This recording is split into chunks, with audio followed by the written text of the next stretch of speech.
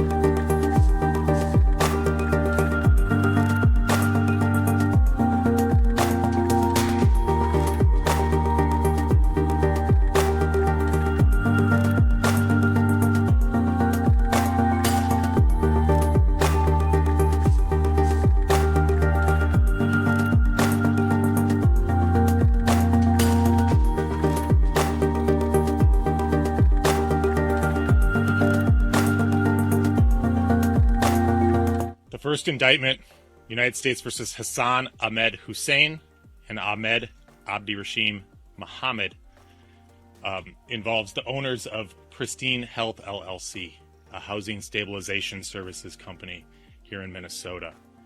These 2 defendants enrolled in the housing stabilization services program, purportedly to provide services helping people who were facing housing instability find and maintain stable housing. They did no such thing. Instead, they submitted fraudulent claims to Medicaid for services that they did not actually provide to those individual clients.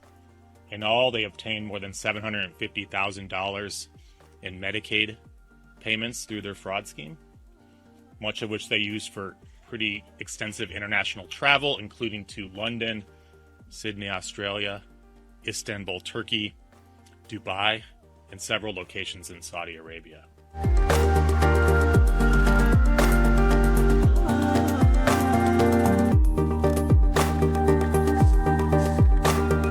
Joining me now is American Culture Project Senior Fellow Corey DeAngelis. Corey, if Tim Walz thinks he can play the victim after overseeing the mass fraud that has occurred in his state, then he's a bigger fool than we thought. What happened in Minnesota is utterly shameful. Yeah, look, he's trying to deflect here. He's a total failure. He's a political failure. Speaking of violence, he was basically the death knell for the Kamala Harris campaign. They committed political suicide when they picked Tim Walz to be VP. I mean, who thought he was going to mobilize the young male vote, for example? Tampon Tim. That's the perfect person to pick in order to get Trump into the White House. So good job, Kamala Harris campaign. But yeah, in Minnesota, they had $300 million that was supposed to go to kids to feed them during the COVID era, and it was fraudulently spent, apparently. So Tim Walz is obviously trying to deflect here. He's clutching his pearls. For him to do a press conference about this, and oh my goodness, Trump called me the R word. That only really upsets you if it has a little bit of a truth to it. So maybe he's admitting something personal about himself. But I think the real story here is that he's trying to deflect. He's clutching his pearls, trying to point at Trump and trying to whip up the base against his political opponents. But this responsibility falls on him. This happened under his watch with the fraud in his state. And look, he's a political failure. So hopefully people will forget about him sooner than later. Well, the scale of the fraud is quite astonishing. They were talking about $1 billion. Now there's figures emerging of $3, $4, $5 billion. So at some point we'll get a clear picture of how much was just squandered there.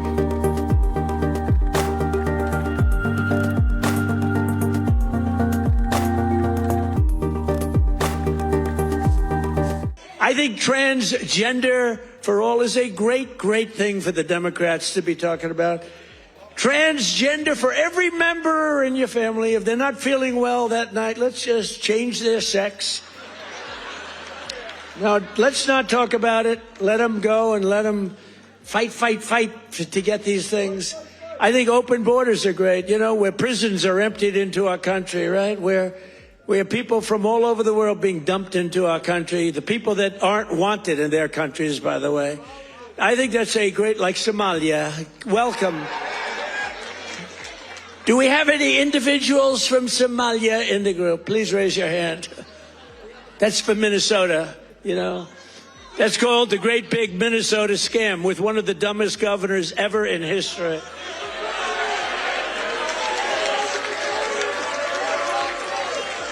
I love this Ilan Omar, whatever the hell her name is, with the little turban. I love her. She comes in, does nothing but bitch. She's always complaining. She comes from a country where, I mean, it's considered about the worst country in the world, right? They have no military, they have no nothing, they have no parliament. They don't know what the hell the word parliament means. They have nothing. They have no police. They police themselves. They kill each other all the time. I love it. She comes to our country, and she's always complaining about the Constitution allows me to do this. We ought to get her the hell out. She married her brother in order to get in, right? She married her brother. Can you imagine if Donald Trump married his sister? Beautiful. She's a beautiful person. If I married my sister to get my citizenship, do you think I'd last for about 2 hours, or would it be something less than that? She married her brother to get in. Therefore, she's here illegally. She should get the hell out. Throw her the hell out. She does nothing but complain.